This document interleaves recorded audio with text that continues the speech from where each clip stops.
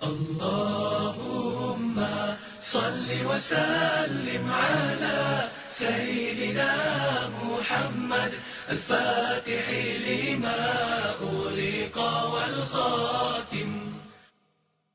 Assalamualaikum warahmatullahi wabarakatuh. Alhamdulillahi rabbil alamin wa bihi nasta'inu ala umurid dunya waddin. Wassalatu wassalamu ala asyrafil khalqi ajma'in sayyidina wa maulana Muhammadin wa ala alihi wa ashabihi wa man tabi'ahu ila yaumiddin. Subhanaka la ilma lana illa ma 'allamtana innaka antal alimul hakim. Rabbi syrah li sadri wa yassir li amri wahlul 'uqdatam min lisani yafqahu qawli. Bapak-bapak, ibu-ibu, hadirin hadirat, alim ulama, cerdik pandai, tokoh masyarakat, yang besar tak dihimbau gelar, yang kecil tak dapat disebut nama. Insyaallah kita semua dimuliakan Allah Subhanahu wa taala. Amin ya rabbal alamin. Hadis yang kita kaji subuh ini disebutkan dalam Sahih Al-Bukhari, disebutkan juga dalam Sahih Muslim, maka disebut dengan satu istilah khusus, muttafaqun alaih. Muttafaqun disepakati, alaih atasnya, sepakat Imam Bukhari dan Muslim tentang kesahihan hadis ini. Ada dalam dua kitab. Ada hadis itu sahih tapi hanya di Bukhari saja. Ada hadis itu sahih tapi dalam kitab Muslim saja. Tapi hadis yang kita kaji subuh ini ada dalam kedua kitab. Diriwayatkan satu jalur dari sahabat Nabi bernama Abdullah ibn Umar ibn al-Khattab, yang satu lagi dari Abu Hurairah radhiyallahu anhu. Adapun lafaz yang kita bahas yang diriwayatkan dari Abdullah ibn Umar ibn al-Khattab, tentu Imam Bukhari tidak jumpa dengan Abdullah ibn Umar ibn al-Khattab, karena Imam Bukhari meninggal tahun 256 Hijrah, hampir 2 abad setengah setelah Nabi Muhammad sallallahu alaihi wasallam. Imam Muhammad bin Ismail bin Ibrahim, Muhammad ibnu Ismail ibnu Ibrahim ibnu al-Mughirah ibnu Bardizbah Al-Bukhari meriwayatkan hadis ini dari gurunya bernama Ishaq ibnu Muhammad Al-Farawi. Meriwayatkan hadis ini dari gurunya Malik bin Anas, Imam Maliki, gurunya Imam Syafi'i. Malik bin Anas meriwayatkan hadis ini dari gurunya Nafi' Maula ibn Umar. Nafi' meriwayatkan hadis ini dari gurunya Abdullah ibn Umar ibn al-Khattab radhiyallahu anhuma. Abdullah ibn Umar ibn al-Khattab meriwayatkan langsung dari Nabi Muhammad sallallahu alaihi wasallam. Abdullah ibn Umar dekat dengan Nabi yang pertama karena Nabi itu kawan sahabat baik ayahnya Umar bin Khattab. Yang kedua karena kakaknya kandung Hafsah binti Umar bin Khattab adalah istri Nabi sallallahu alaihi wasallam. Jangan heran kalau Abdullah bin Umar bebas di rumah Nabi karena mahram, karena hubungan kedekatan, hubungan persahabatan bersama Rasulullah, dan dia termasuk bagian dari keluarga Rasulullah sallallahu alaihi wasallam. Maka Abdullah bin Umar bin Khattab mendengar Nabi bersabda, qala Rasulullah sallallahu alaihi wasallam, Rasulullah bersabda, tuqatiluna al-yahuda, kalian akan berperang dengan orang Yahudi. Seandainya Yahudi itu sekarang tidak ada lagi, maka orang akan berkata, mana ucapan Nabi Muhammad SAW? Berarti tak betul Nabi itu. Kata dia kalian akan berperang dengan Yahudi. Buktinya Yahudi tak ada lagi. 1438 tahun setelah ucapan ini, Yahudi tetap ada, tetap eksis, tetap tegak berdiri di atas muka bumi. Orang mengatakan mereka akan punah, musnah seperti yang terjadi pada kaum-kaum yang lain. Wa ila Samud akhahum Salihah, kaum Samud. Wa ila Adin akhahum Huda, kaum Ad. Wa ila Madyan akhahum Syuaiba, kaum Madyan. Irama Zatil Imad, kaum Iram. Banyak kaum-kaum tapi musnah sekarang. Mana kaum Iram, mana kaum Thamud, mana kaum Midian, mana kaum Fir'aun, musnah. tapi Israel tetap masih bertahan sampai hari ini. Nabi berkata, qatilunal yahuda, kamu akan berperang dengan Yahudi, hatta yakhtabiya ahadukum, sampai mereka salah satu dari pasukannya itu bersembunyi wara'al hajar, di belakang batu.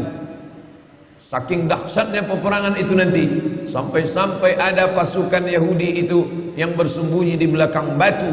Lalu kemudian yaqulul hajar, batu itu pun akan berkata, apa kata batu itu berkata kepada orang Islam? Ya Abdallah, wahai hamba Allah, hadza yahudiyun warai, ini ada orang Yahudi bersembunyi di belakang aku, faqtulhu, bunuhlah dia. Mana mungkin batu berbicara? Oleh sebab itu, kalau tidak bisa memahami kitab Sahih Al-Bukhari, jangan dibaca sendiri, dilihat terjemahnya, lalu karena tidak masuk akal ditolak. Ini tidak betul ini. Masa batu berbicara, pokok kayu berbicara, seperti film karton saja. Ini tidak betul. Maka baca syarahnya. Ulama banyak mensyarah. Kalau ayat tidak paham, baca tafsir. Tafsir Tabari, Abu Ja'far Ibnu Jarir At-Tabari.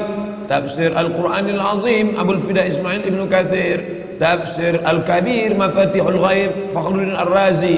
Tapi kalau tidak paham hadis, hadis itu ada dalam Sahih Al-Bukhari, baca kitab syarah yang sudah dijelaskan oleh para ulama. Yang paling masyhur populer Fathul Bari, ditulis oleh Imam Al-Hafiz Ibnu Hajar Al-Asqalani Asy-Syafi'i. Tapi Fathul Bari ada dua, satu Fathul Bari Syafi'i, satu lagi Fathul Bari Hambali yang ditulis oleh Imam Ibnu Rajab Al-Hambali rahimahumullah. Ada satu lagi syarah Sahih Bukhari yang ditulis oleh Imam Al-Qastullani, yaitu Irsyadus Sari. Ada satu lagi ditulis oleh Imam Badruddin Al-Aini. Begitulah keseriusan ulama untuk mensyarah hadis-hadis.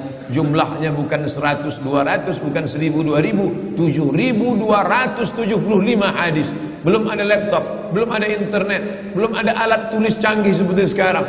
Mereka menulis dengan peralatan yang sederhana, mengandalkan hafalan, kekuatan, tapi mereka disingkapkan Allah hijab kejahilan karena ketulusan hati dan jauh daripada makan haram dan syubhat. Begitulah para ulama dulu, bahkan sampai generasi hari ini orang-orang tetap memperdulikan hadis. Termasuklah kita subuh ini, rasa cinta kita kepada hadis Nabi, kita kaji salah satu dari yang ada dalam kitab Sahih Al-Bukhari. Maka kata Imam Al-Hafiz Ibnu Hajar Al-Asqalani, makna bahwa batu berbicara, hadza Yahudi khalfi, ini ada orang Yahudi di belakangku. Hai Abdullah, hai orang Islam, ya Abdullah, wahai hamba Allah, hadza Yahudi khalfi, ini ada Yahudi di belakangku, faqtulu, bunuhlah dia. Maka makna ucapan itu artinya tidak ada satupun tempat persembunyian orang Yahudi. Tak ada manfaatnya dia berada di belakang batu, di belakang pokok kayu, karena semuanya akan tersingkap terbuka. Saat itu semuanya akan binasa. Ini hadis salah satu mukjizat Nabi Muhammad sallallahu alaihi wasallam. Bahkan di Al-Azhar, ketika kita masih belajar dulu, ada satu mata kuliah khusus, yaitu Tayyarat Fikriyah. Tayyarat, aliran-aliran, Fikriyah, pemikiran. Ada aliran sekuler, ada aliran liberal, ada aliran sosialisme, ada aliran komunis, dan ada satu aliran khusus yang dikaji selama satu semester, yaitu aliran yang disebut dengan Sahyuniyah atau Zionis. Mereka bukan sekedar agama, tapi juga dia adalah politik. Yahudi agama yang unik. Dia agama dan dia juga suku. Nabi Ibrahim punya anak laki-laki bernama Ishak. Nabi Ishak punya anak laki-laki bernama Yaqub. Nabi Yaqub punya anak bernama Yusuf. Yusuf punya saudara kandung bernama Yahuza. Cucu cicit keturunan Yahuza inilah Yahudi yang disebutkan dalam hadis ini. Lalu kemudian cucu cicitnya ini berkembang biak sampailah hari ini, dan mereka menjadi satu suku besar, dan mereka tidak ada Yahudisasi. Kalau Kristen ada Kristenisasi, yang non Kristen diajak masuk ke dalam agama Kristen. Tapi Yahudisasi tidak terjadi. Karena Yahudi tidak menerima orang selain Yahudi. Andai bapaknya Yahudi pun akan dilihat emaknya Yahudi atau tidak. Maka ketika negara Israel terbentuk, orang-orang Yahudi dari seluruh dunia pulang kembali, yang mereka sebut sebagai Ardul Mi'ad, tanah yang dijanjikan oleh Tuhan. Lalu kemudian mereka periksa satu persatu, berapa banyak Yahudi menikah dengan orang Rusia, berapa banyak Yahudi menikah dengan orang Eropa. Maka anaknya tidak diakui karena ibunya bukan Yahudi. Dan ada satu lagi Yahudi di Afrika, ramai-ramai Yahudi Afrika datang, ini pun tidak diakui karena Yahudi putih, tiba-tiba ada Yahudi hitam. Tapi yang dimuliakan Allah Subhanahu wa ta'ala. Oleh sebab itu mereka agama sekaligus juga suku. Kalau kita, kamu sukunya apa? Sukunya Melayu, agama Islam. Kamu suku apa? Suku Batak, agama Islam. Kamu suku apa? Suku Minangkabau, agama Islam. Mereka tidak. Suku Yahudi, agama Yahudi. Lalu kemudian suku dan agama ini berpikir tentang menciptakan sebuah negara. Itu berasal dari pikiran Theodor Herzl. Theodor Herzl, seorang wartawan Yahudi, berpikir ketika dia melihat ada negara besar, negara itu bernama Serbia, yang pernah membantai umat Islam di Bosnia atas nama Slobodan Milosevic, negara Eropa, negara Rusia yang besar waktu itu bernama Serbia. Maka Theodor Herzl berpikir, kalau Serbia punya negara, mengapa kita orang Yahudi tidak punya negara? Maka dia kumpulkan orang-orang Yahudi dari seluruh dunia. Maka mereka pun berkumpul. Inilah cikal bakal Zionis yang ingin mendirikan sebuah negara. Akhirnya tahun 1946 mereka pun berhasil mendapatkan tanah Palestina. Sebelumnya utusan Theodor Herzl datang menghadap Sultan Abdul Hamid di Turki. Sultan Abdul Hamid, ini ada beribu-ribu keping uang emas, terimalah, kami ingin membeli tanah Palestina. Sultan Abdul Hamid menolak emas-emas itu. Dia katakan Palestina direbut dengan tetesan darah para syuhada. Mereka mati karena Allah Subhanahu wa ta'ala. Aku tidak akan menjual sejengkal pun tanah Palestina kepada kalian.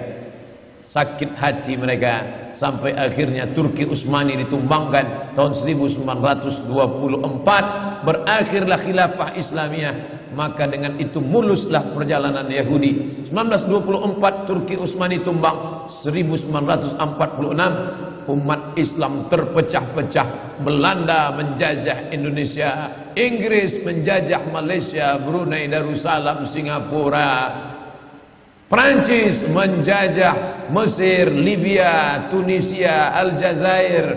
Lalu kemudian Itali menjajah Libya. Mereka bagi-bagi negeri Islam seperti roti yang dipecah-pecah, persis seperti yang dikatakan Nabi SAW. Kalian nanti di akhir zaman akan diperebutkan, ditarik, menarik, satu menarik kepalanya seperti makanan ala qas'atiha, akalatun makanan ala qas'atiha, di atas piring yang besar. Ada yang menarik kakinya, ada yang menarik kepalanya. Aqillatun nahnu yawma idzin ya Rasulullah. Mereka merebut kami. Apakah kami waktu itu sedikit ya Rasulullah? Kata Nabi, tidak. Bal antum katsirun. Kalian ramai, kalian banyak. Lakinnakum ghusaun ka ghusais sail. Tapi kalian seperti buih di tengah lautan, dipukul ombak, dihempas gelombang. Kalian tak punya kepemimpinan karena Turki Utsmani sudah tumbang, tak lagi punya panutan. Apa yang dikatakan itu terwujud 1946. Maka kebetulan Palestina dipegang oleh Inggris. Inggrislah yang memikul dosa terbesar. Bagaimana Palestina bisa jatuh ke tangan Israel, laknatullah alaihim. Lalu kemudian Palestina bulat-bulat diserahkan oleh Inggris.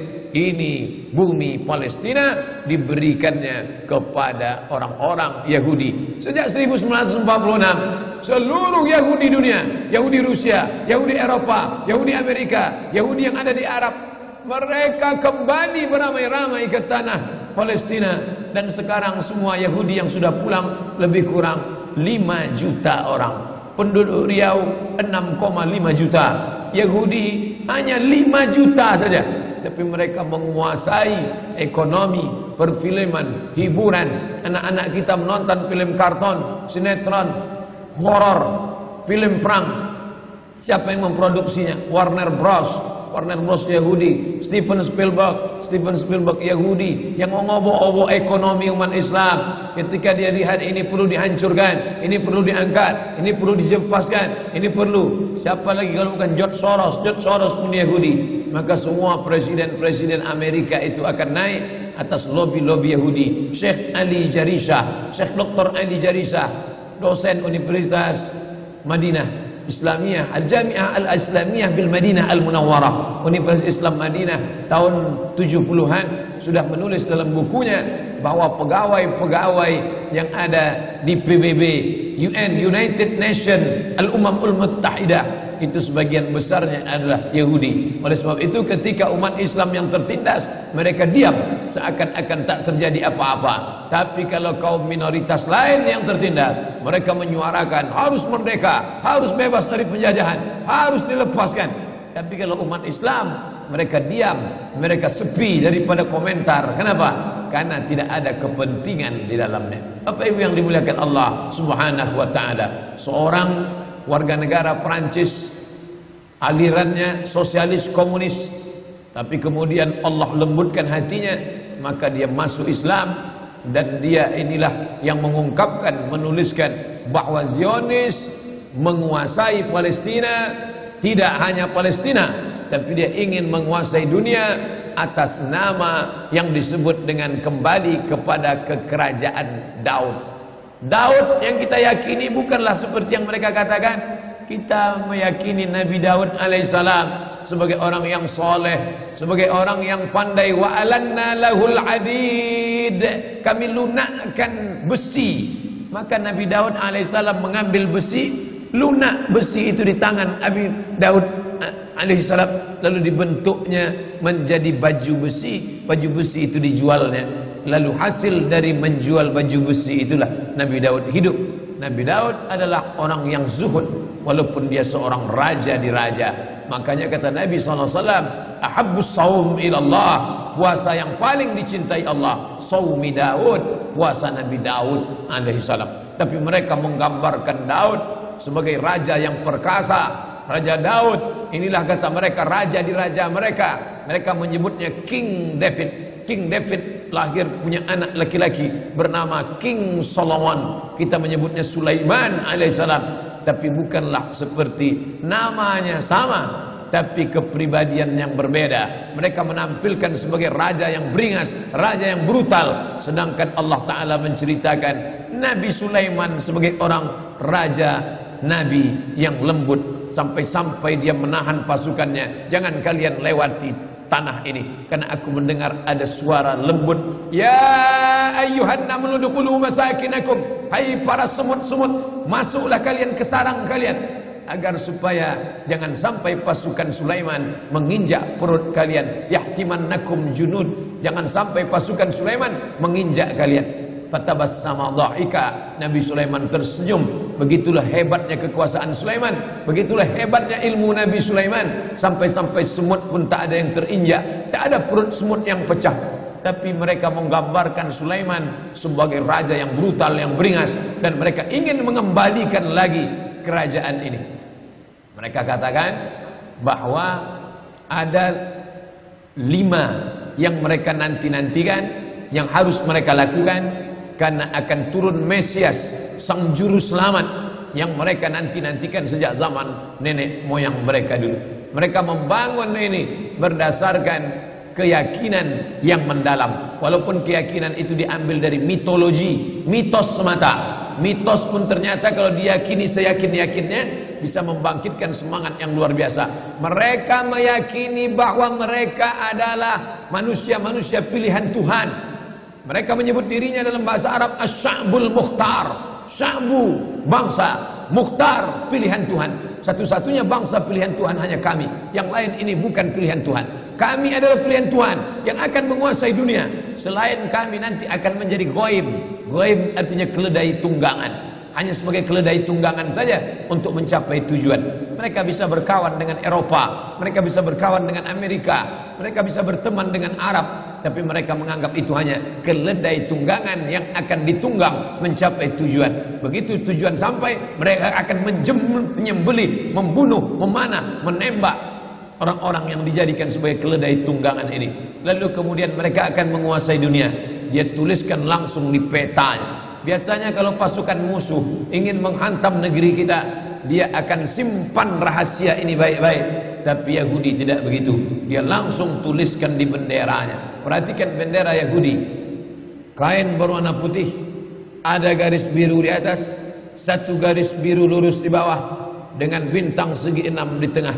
Apa makna simbol ini? Ini penuh dengan makna. Garis biru di atas sungai Nil, garis biru di bawah sungai Efrat. Itu adalah batas kerajaan yang akan mereka dirikan. Sungai Nil di atas, sungai Efrat di bawah. Artinya mereka akan menguasai Asia, Afrika. Sungai Nil, Afrika Utara, Mesir. Sungai Efrat, Asia, Irak. Mereka akan membuat negara Greater Israelian yang disebut dengan Israel Raya, Israel Agung, yang batasnya dari dua sungai, sungai Nil dan sungai Efrat. Oleh sebab itu jangan heran ketika kedutaan Yahudi, kedutaan Israel ingin dibuka di Kairo, dia tidak mau membuat kedutaan Israel di dalam bagian sungai Nil, tapi dia ingin buat di luar. Orang yang tidak memperhatikan ini biasa-biasa saja.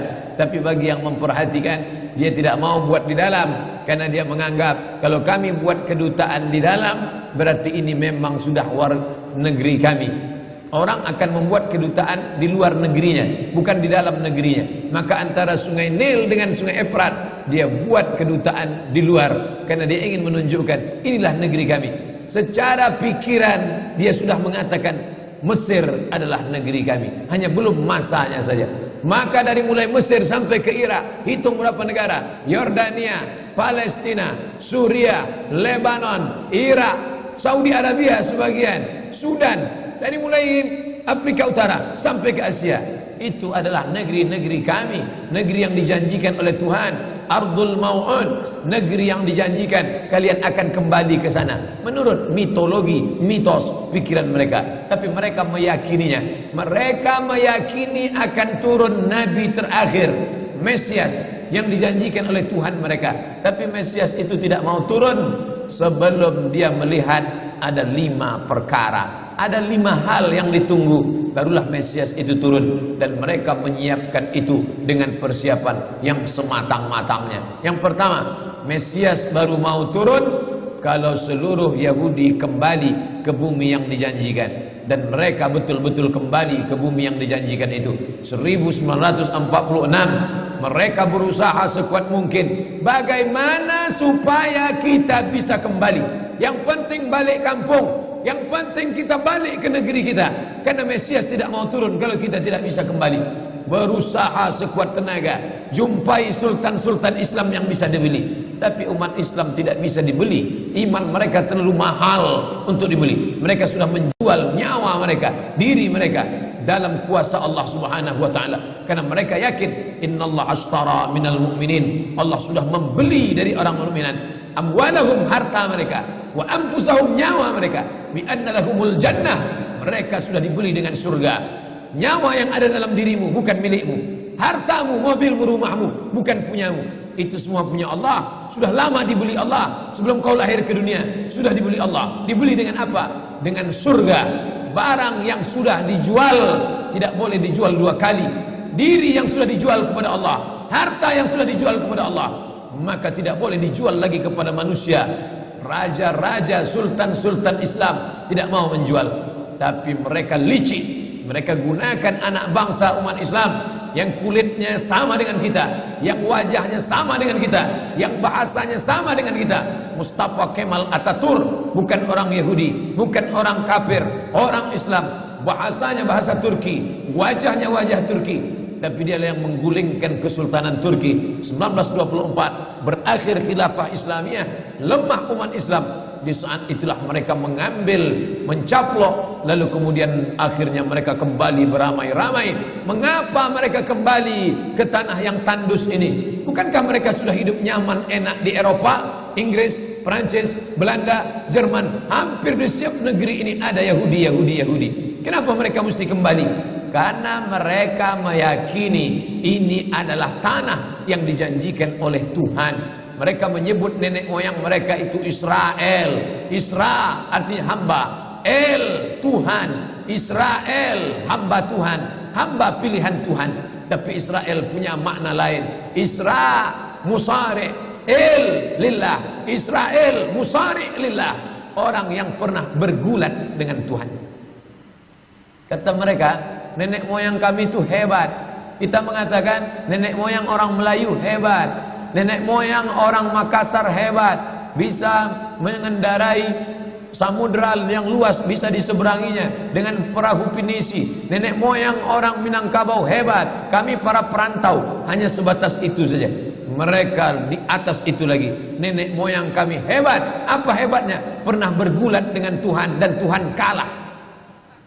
Tuhan kalah ketika bergulat dengan nenek moyang kami. Dan akhirnya ketika Tuhan kalah, lalu Tuhan pun memberikan hadiah. Hai Israel, aku kalah bergulat dengan engkau, maka sebagai kompensasinya aku berikan kepada engkau inilah tanah. Itulah dia tanah Palestina. Dan mereka meyakini itu setengah mati. Ustadz ngomong begini sumbernya dari mana? Judul bukunya Ad-Diyanah Al-Yahudiyah, Tarikh Ad-Diyanah Al-Yahudiyah, sejarah agama Yahudi, ditulis oleh seorang penulis ulama besar Mesir, pakar Yahudi, penerjemah Abdul Somad. Kebetulan saya menerjemahnya tahun 2009. Sampulnya warna hitam. Bagi jamaah yang ada di Jakarta, harap segera cari buku ini, yaitu diterbitkan oleh Pustaka Al-Kautsar Jakarta. Artinya mereka dengan keyakinan yang penuh, kami adalah hamba-hamba bangsa-bangsa pilihan Tuhan. Itulah mengapa mereka ramai-ramai. Orang berpikir heran, apa yang mereka kejar ke Palestina? Andai ada orang ingin merebut Irak, masuk akal. Merebut Irak karena banyak sumur-sumur minyak. Andai ada mau ekspansi ke Kuwait, masuk akal.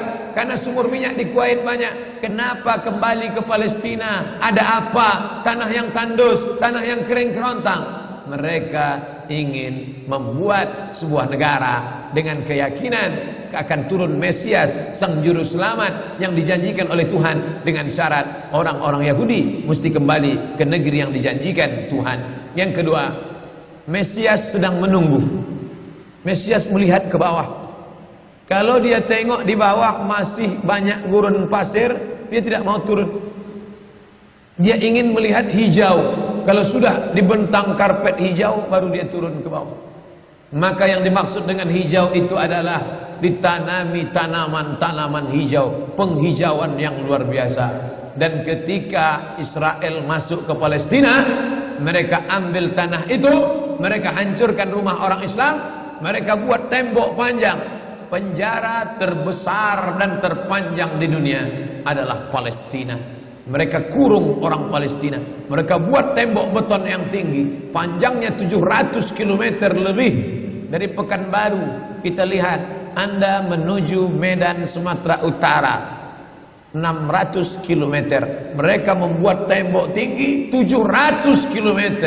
Bayangkan, umat Islam terisolir dan mereka tanami hijau-hijau. Makanya Allah berkuasa. Allah mau tunjukkan kuasa, lalu Allah buat tanaman hijau itu menyala.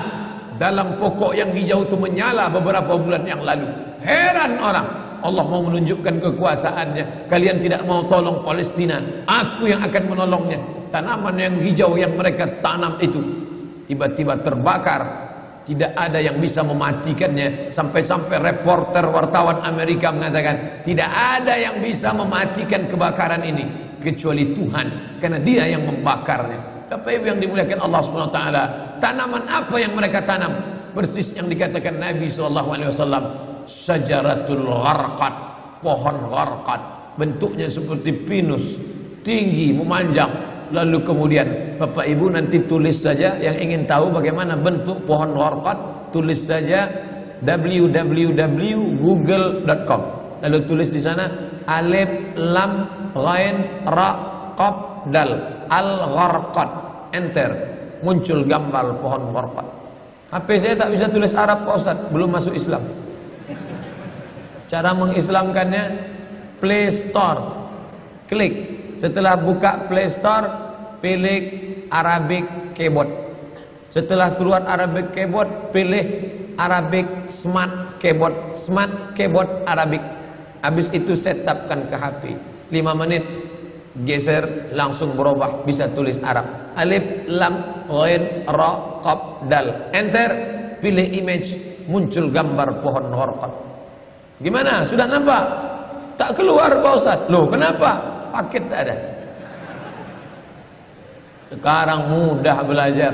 Dulu kami sekolah ketika mau tahu gimana pohon sidir, kalau mau memandikan jenazah, ambil beberapa helai daun sidir, lalu digiling, dimasukkan ke air.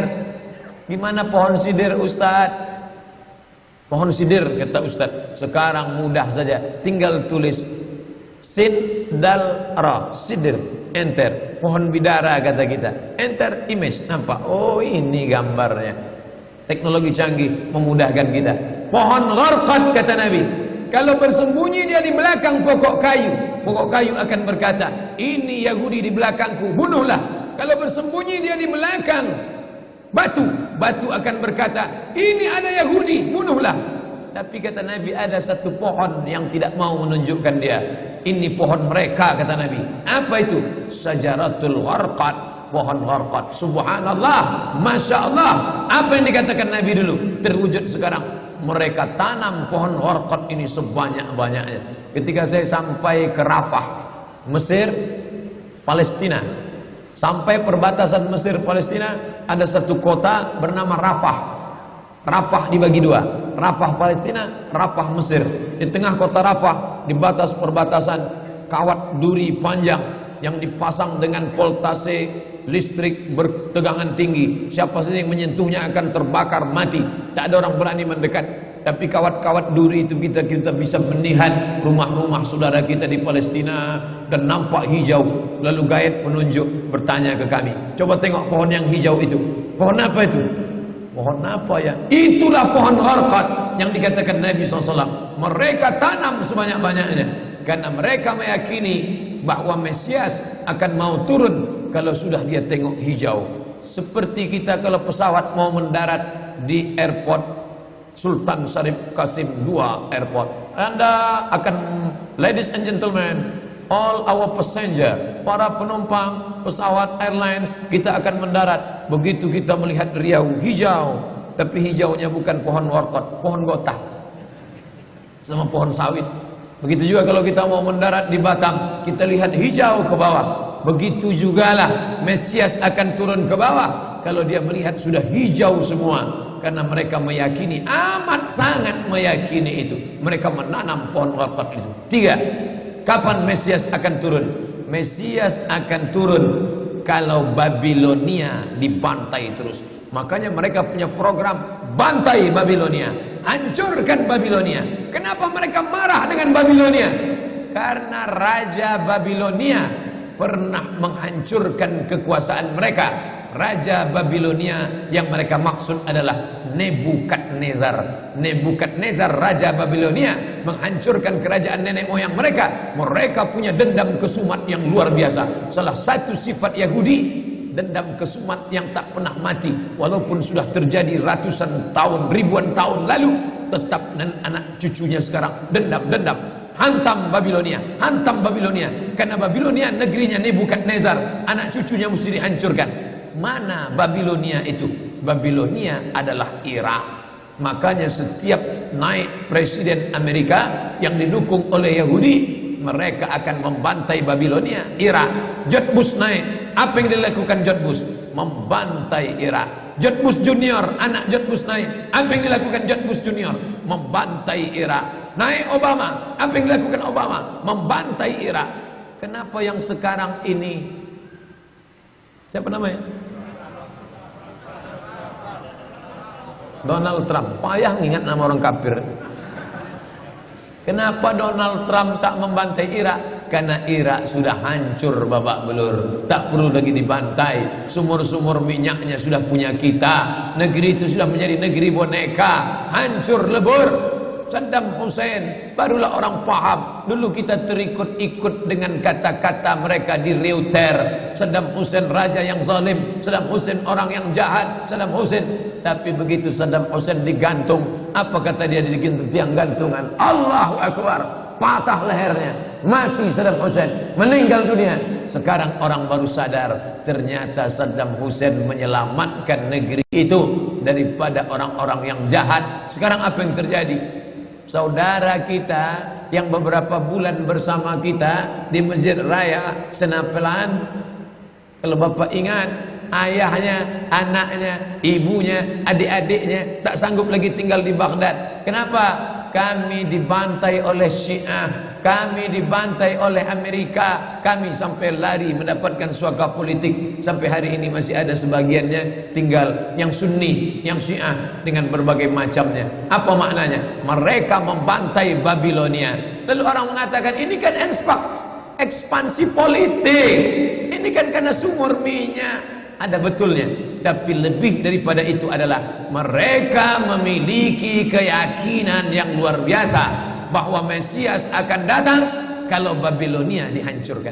Ustadz baca analisa ini dari mana? Kami belajar buku ini 6 bulan di Al-Azhar, 1 mata kuliah, dan saya paling suka mata kuliah ini karena mengaitkan antara ayat Al-Quran dengan hadis Nabi. Kalau kita suka mata kuliah itu, kita ingat isinya, kita ingat orang yang mengajarnya. Saya masuk Al-Azhar 1998, hari ini 2017, 19 tahun yang lalu. Kalau saya pejamkan mata saya, masih ingat saya Syekh Dr. Fargallah yang mengajarkan mata kuliah ini. Dengan semangat dulu dia di lokal mengatakan, anak-anakku sekalian, beginilah mereka akan menguasai umat Islam, negeri Palestina.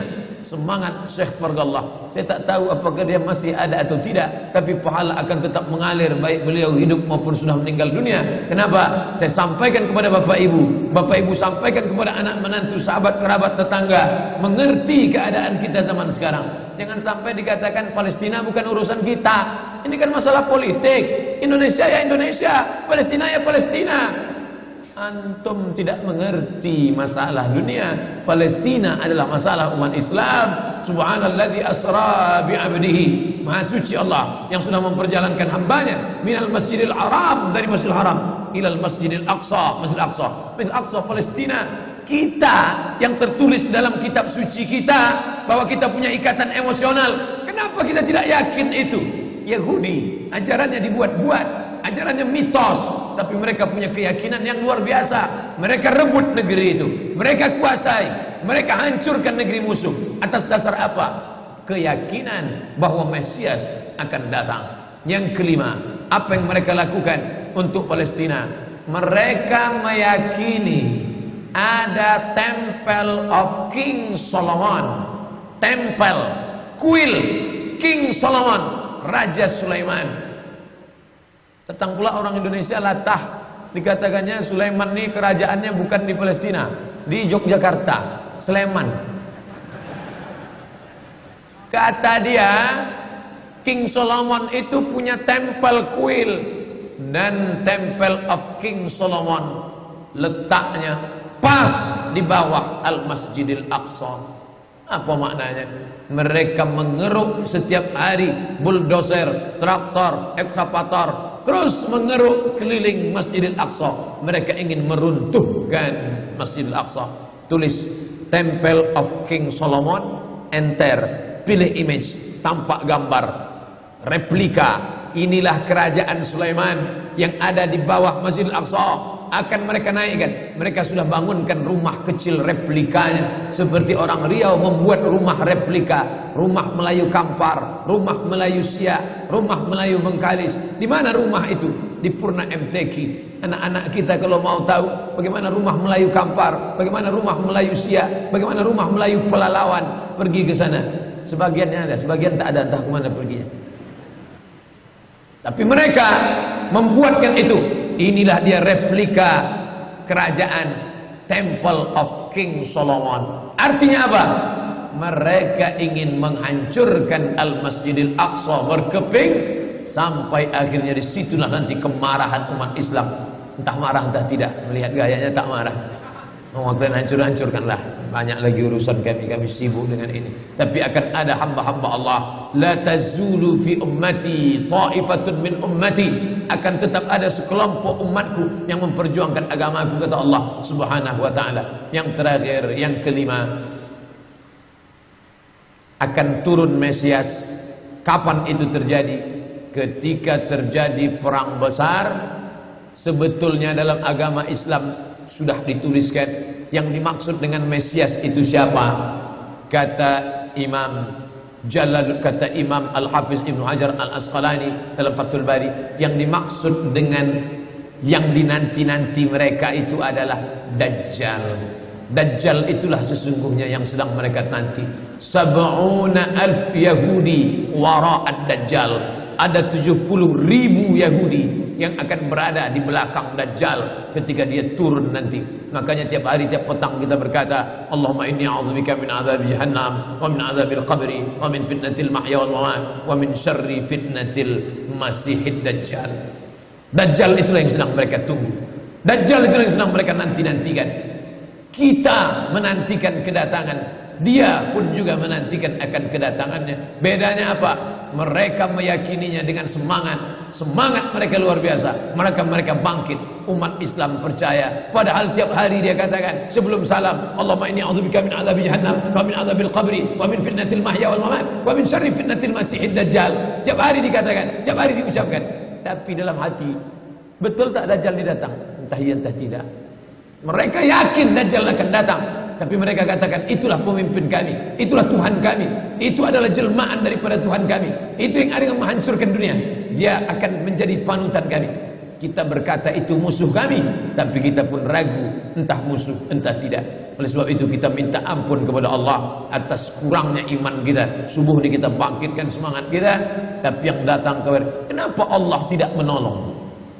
Katanya Allah itu maha kuasa. Cukup dia teriakkan saja, malaikatnya satu berteriak, pecah gendang telinga orang Yahudi, mati. Cukup dia tiupkan angin sejuk, terhirup, mati. Kenapa tidak dia matikan saja Yahudi itu? Datang Syekh Muhammad Jibril, Syekh Dr. Muhammad Jibril, Syekh Profesor Dr. Muhammad Jibril, dosen tafsir Al-Azhar. Kami undang, mahasiswa Indonesia mengundang di waktu di Mesir dulu kuliah. Lalu saya tanya, Assalamualaikum Syekh. Ya, kaum Ad binasa, kaum Samud binasa, kaum Midian binasa, kaum Iram binasa, kaum Fir'aun binasa. Kenapa Allah tidak membinasakan Israel ini? Senyum Syekh Muhammad Jibril. Apa kata dia? Ya beni, anakku, seandainya Allah membinasakan Israel ini, lalu apa yang tersisa untukmu? Ditunjuknya saya. Seandainya Allah membinasakan Israel ini, lalu apa yang tersisa untukmu? Terdiam saya. Allah sengaja sisakan ini sebagai medan jihad kita menolong agama Allah Subhanahu wa ta'ala. Masjid An-Nur sudah berperan untuk menolong agama Allah dengan mendatangkan imam-imam dari Palestina.